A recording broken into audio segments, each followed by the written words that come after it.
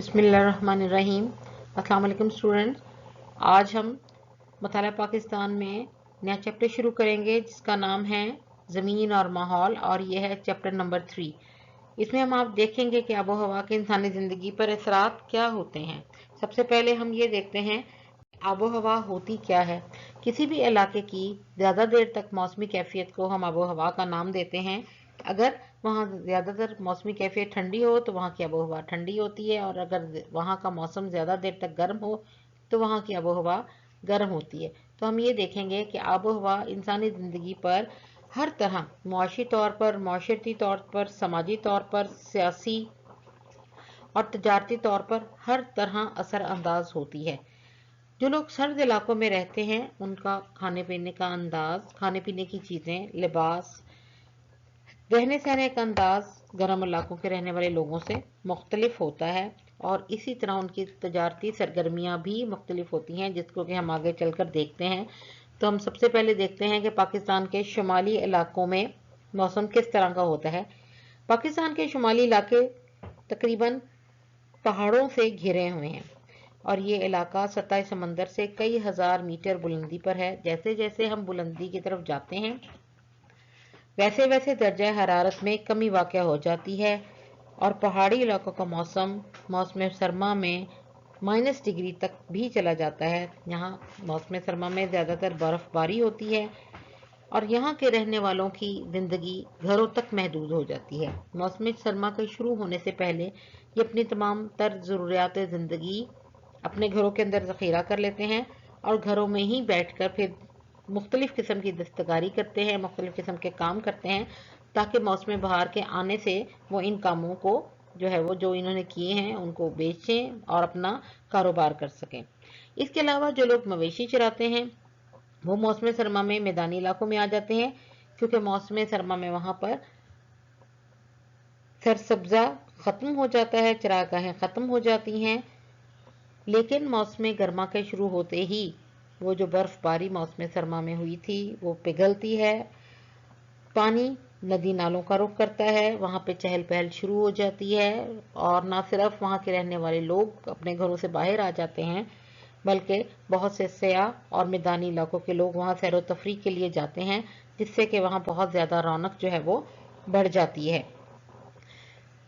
शुमाली इलाकों में रहने वाले लोग, पहाड़ों पर रहने वाले लोग मैदानी इलाकों के रहने वाले लोगों की निस्बत ज़्यादा सख्त जान होते हैं, और उनके खानों में कहवा ज़्यादा इस्तेमाल होता है, और खाने की गर्म चीज़ें, ड्राई फ्रूट वगैरह ज़्यादा इस्तेमाल होते हैं, क्योंकि उनको वहाँ पर सर्दी की शिद्दत के लिए इन चीज़ों की ज़रूरत होती है। अब हम चलते हैं पहाड़ी इलाकों के लोगों की तरफ।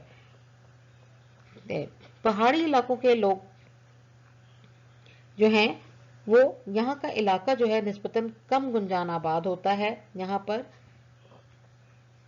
पहाड़ी इलाकों में मादनियात के ज़खायर मिलते हैं, मेहनत कश होते हैं यहाँ के लोग।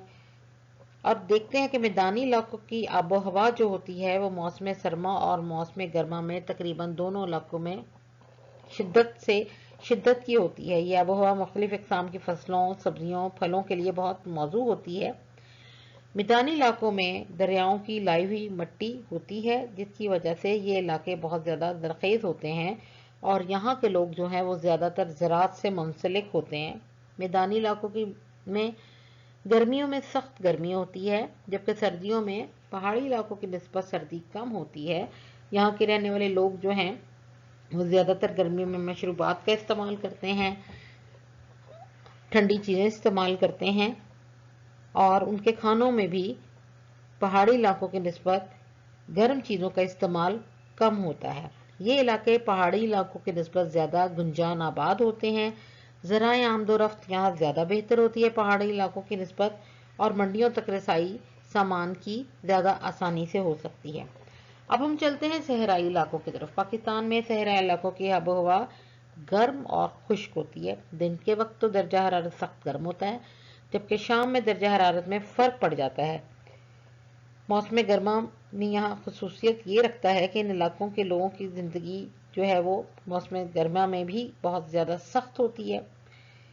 बारिश कम होती है, पीने का पानी इनको दूर से लाना पड़ता है, और जिन इलाकों में نہری پانی کی فراہمی کا ذریعہ ہوتا ہے وہاں زندگی قدرے بہتر ہوتی ہے۔ بھیڑ بکریاں پالنا ان لوگوں کا ذریعہ معاش ہوتا ہے۔